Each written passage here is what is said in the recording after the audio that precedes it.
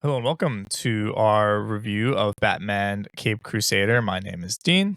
Joey will not be reviewing this. He will be doing an amazing job editing this video, but he opted not to rush through the whole season of the show that was just released on Amazon Prime the other day. And that's fine. He doesn't have the same emotional attachment to Batman, particularly Batman the animated series, that I do. Batman the Animated Series is the pinnacle of my childhood in terms of true nostalgia. Right there with it would be Lord of the Rings, but those came out when we were like 7, 8, 9 years old. On the flip side, Batman the Animated Series released 2 years before I was born and ended when I was 1 year old. Of course, there was the new Batman Adventures and Justice League, which are great, but those to me are a very different show. I didn't grow up watching Barney or Sesame Street. I grew up on Batman the Animated Series. That was my childhood show, and as an adult, I've rewatched it multiple times. When Joey asked me, does it hold up? I audibly scoffed. Even today, I can just rip episodes from the top of my head that in 25 minutes do a better job than most films today. Heart of Ice, Joker's Wild, Almost Got Him, Who Killed Batman, Robin's Reckoning, Two-Face, Judgment Day, Harley and Ivy. The list goes on. That's not even to mention the movies that came out of the Batman the Animated Series, including Mask of the Phantasm, which to me is the greatest Batman movie of all time, above Dark Knight, above The Batman, above everything. So when I saw Caped Crusader was announced and that Bruce Timm would be heading it, I was ecstatic. It was still going to be noir inspired, although I did not love the hard, set in the 40s feeling it was getting. One of my favorite aspects of the original series was that it felt out of time. Yeah, there were cars in the 1940s in Gotham, but there was also advanced technology intertwined with that. It is a major reason why I feel the show holds up so much even today. You don't feel set in a time period and stuck with working within the parameters of those years.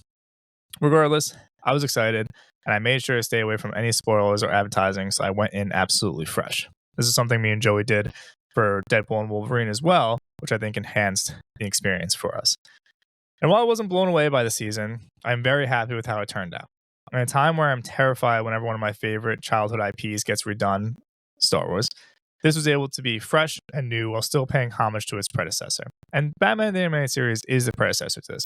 Yes, it's not within the same universe, but it's the same creators, Bruce Timm being the main one, and you feel the inspiration of it.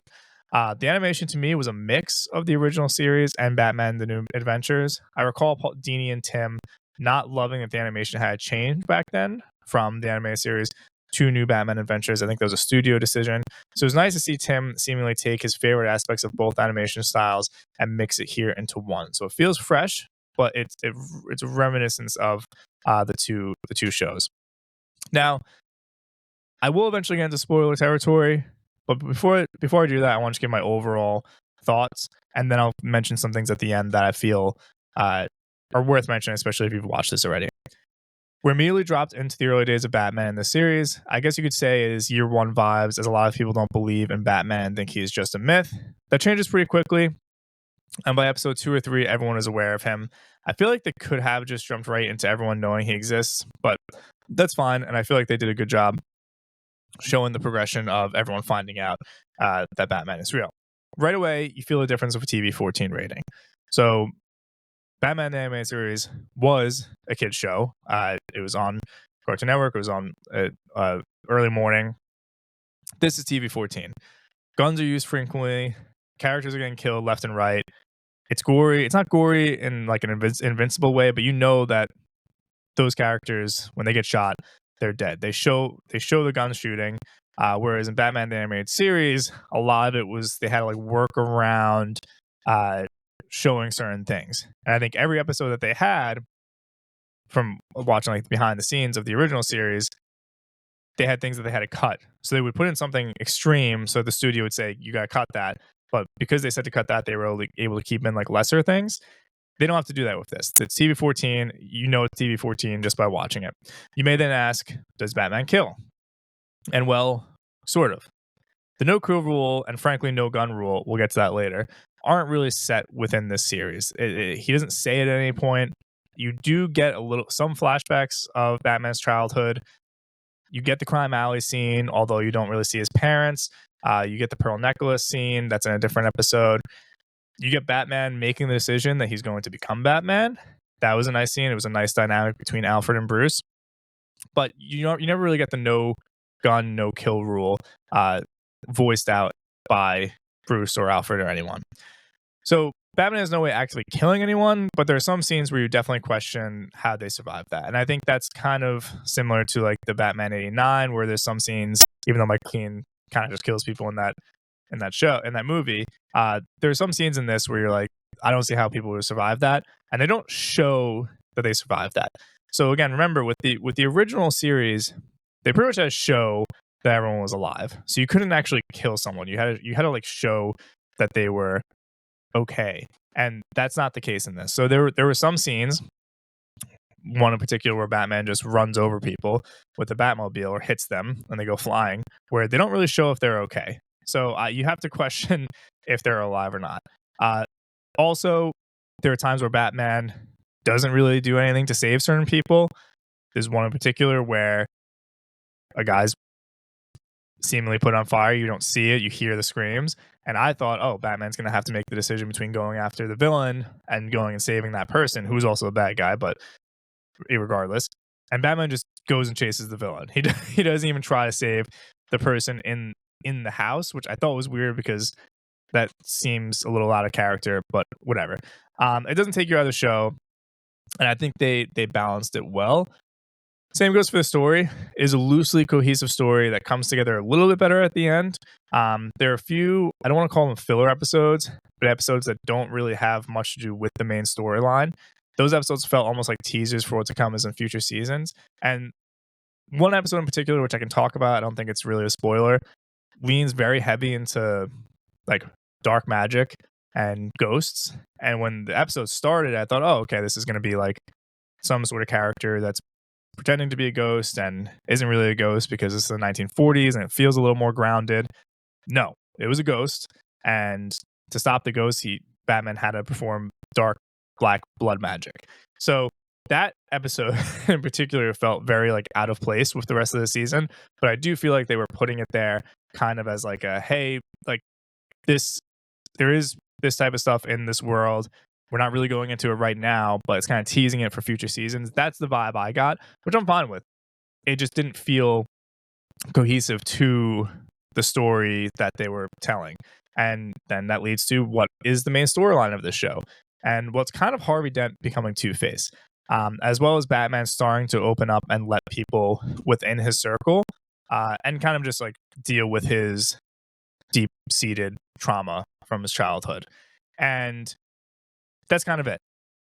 Batman and Bruce Wayne are in many episodes, but they're just background characters in a lot of those episodes. So, they're in all the episodes, but they're kind of just background characters in a lot of them. Barbara Gordon, Detective Montoya, Harvey Dent, and Commissioner Gordon feel like more the main characters in most of the episodes. Barbara in particular. If I were to say who's the main character of the show, it is Batman, Caped Crusader. And again, Batman and Bruce are they are the main character. He is the main character. But Barbara is like the 1B to Batman's 1A. I feel like you get a lot of Barbara, which I was okay with. She's not younger. She's not really Batgirl. I don't think they're not really setting her up in a way where she can be Batgirl. But I do like her storyline. We'll get that into a little with the spoiler section. But she has a very good arc. I'll just say that. The villains are cool. And while you might think that Harley, Dent, or Firefly are the main villains in this story, you quickly realize that it's the mob and corrupt cops. So Flass and Harvey Bullock are the main corrupt cops, and then Rupert Thorne and his mob are the main bad guys behind the scenes, I guess, that are kind of controlling Gotham. And that's what Batman starts to realize as the story goes on, he is the main villain, Rupert Thorne. Although you don't really get closure on that. That's more for season 2, which is like the last shot of this, or second last shot of this series is Batman kind of like staring at Rupert Thorne from a building far away, and you get a sick lightning behind Batman reminiscence of Batman the animated series intro with Batman on the building with lightning striking behind him. It's the same scene essentially. So again, like it's in your face. Like the producers, which include Matt Reeves and J.J. Abrams, which I don't love, they tell you like you're supposed to feel like this is Batman the animated series, but new. And Bruce Timm, when he came on, he didn't want to do new episodes of Batman the animated series. He wanted to do something new, which I'm fine with. And I think they do a good job. So before we get into like kind of like more spoilerly talk, I'll just give my final score, which is an 8.4. I think when me and Joey started scoring, I always think of Lord of the Rings, Batman the Animated Series. Where do I, as a whole, put those? And those are like high nines. Nothing is a 10, but Batman the Animated Series to me is like a 9.9, 9.8 as a whole, right? So this is just season 1. Season 2 is already written, and I assume there'll be a season 3 and 4 in the coming years. So 8.4 is my score for season 1. There's good action. It is, again, they really lean into the TV 14 in a lot of it. The stories are entertaining enough. There's a few episodes that I don't love. I honestly, the first episode with Penguin, I didn't even mention her because it is a her in this. They just make Penguin a woman, but it still looks like Penguin. So I thought that was a little weird. And you don't hear from her again. It's just boom, here's Penguin. You think that she's going to be a big part of the season, and then she's just gone. Batman and Bruce Wayne development is good, but it's slow. And again, he is kind of a background character, which you sometimes see in the comics and some other shows as well. I like the Alfred Bruce relationship. I thought that was good.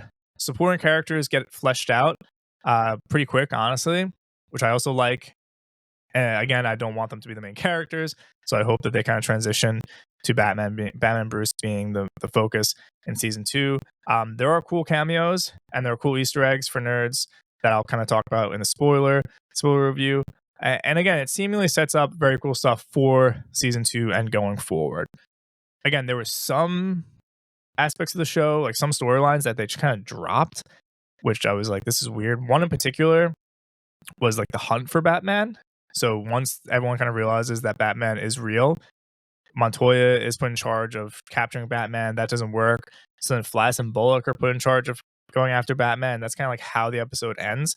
And then that's it. You don't really see them hunting Batman again for the rest of the series. And there's like, Commissioner Gordon will hint towards, if you're still here, I got to put you in jail or I have to arrest you when the rest of the cops come. But that's about it. I feel like they were like, 2 episodes, we need to get Batman, then all of a sudden it's just dropped and we're not talking about it anymore. So things like that I didn't necessarily love. Harley Quinn as well, I'll get to that.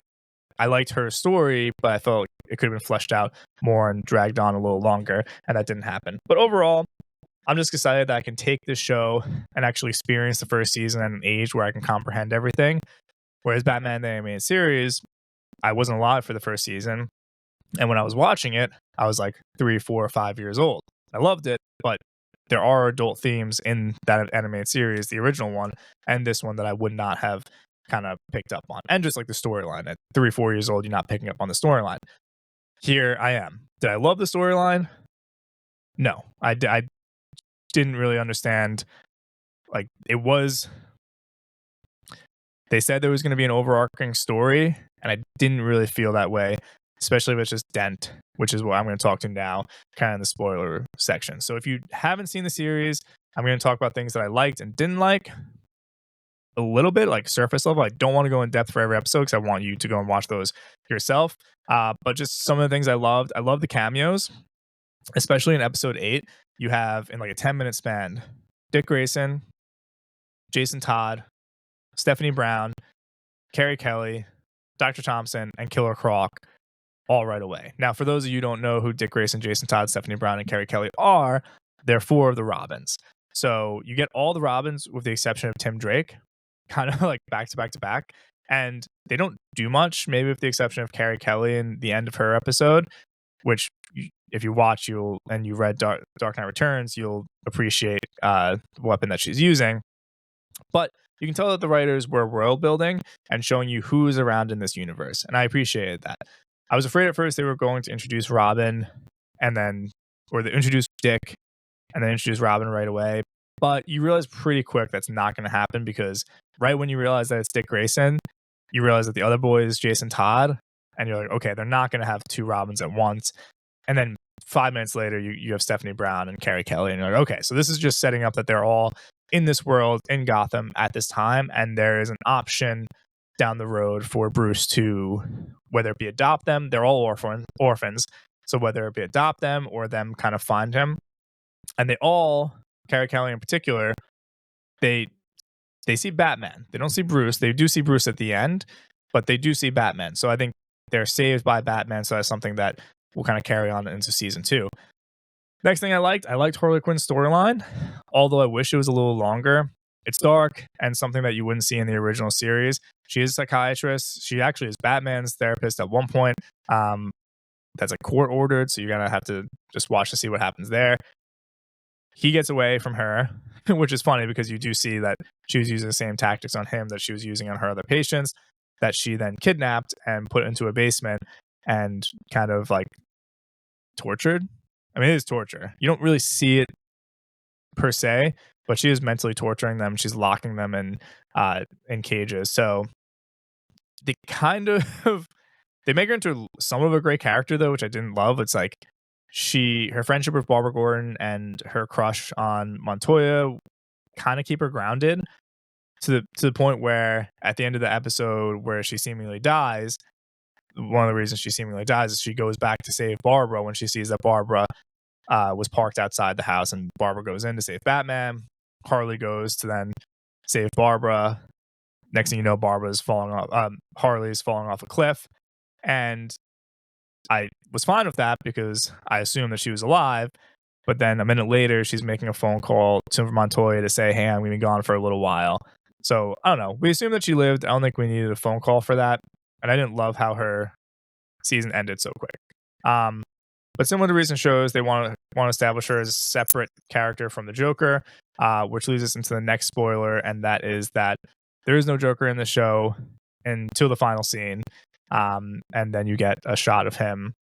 We get a shot of bodies, smiling, laughing bodies, who've been hit with Joker's poison, and then it cuts to Joker in the shadows with just a sliver of his face showing, his eyes and his nose, and he says like perfect.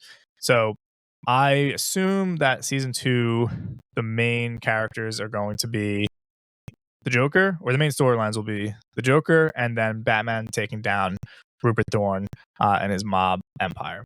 Now, the last spoiler talk is Harvey Dent / Two-Face. Harvey is kind of a main character of the series. He's in his normal DA position. He's running for mayor at the same time, and as the season progresses and crime begins to run rampant, he starts slipping in the polling. This leads to him taking money from the mob in hopes of making a final push, but at the last moment, he does the right thing and doesn't let one of Thorne's thugs get off free. That leads directly to him getting the acid in his face, and boom, you have Two-Face. While I love the dual personality of Dent and Two-Face that is portrayed, I don't think they did an amazing job setting it up. Dent is definitely not a good character in the early episodes, but he does care about justice and doing what is right to an extent. Flip to the last 2 episodes, and he goes on a murder killing spree, killing like 20 people. There is a time jump from when he gets hit with the acid to when he starts murdering people, but we don't really see that, so you don't really see him fall into that kind of madness. But it's clear in this portrayal that Two-Face and Harvey are 2 different people. It's a split personality. But again, that split personality wasn't set up prior to the acid, whereas in other iterations, you kind of see it. You don't see it here. Harvey is somewhat not really corrupt, but he'll take some corruption as a DA. But he overall is trying to do the right thing, to the point where Harvey even begs to be put in jail so that no more people will die from quote unquote Two-Face. So I really don't want to give away the ending of Harvey Dent, Two-Face's story. So go check that out yourself. It's the last episode. It's at the end. But the ending of the Dent story leads directly into my least favorite part of the show, which is Batman shooting a gun. Yeah, it happens, and while he doesn't hurt anyone, it is more him letting out frustration and anger. It still felt out of character. When he initially picked it up, I figured it was to throw it away, but no, he unloads 6 bullets around Flass's head and then throws the gun into the river. So yeah, he doesn't kill or hurt anyone with it, but it's a huge departure from the original series and a lot of the comics. In that universe, just picking up a gun is what leads Batman to retirement. We see that in the first episode of Batman Beyond, when Bruce is 50s. He has no choice. He's having like a heart attack. So he picks up a gun, points at the criminal to save himself, and then retires as Batman. And then you flash forward and you get Terry McGinnis and whatnot. So in this story, though, Batman just gets angry and decides to shoot a few strays and throw it into the ocean. It's a petty complaint, but for me, that was honestly my least favorite part of the series, which is probably a good thing. Because at the end of the day, if you like Batman or love Batman, you'll like this show. You're going to like what it sets up, and I think you'll be pretty confident for the future season. So that's my overall review. Again, 8.4, which I think is a pretty good score. Since me and Joey started reviewing things, that's the highest score I've given. So I think the future is bright for Batman Cape Crusader. All right. Bye.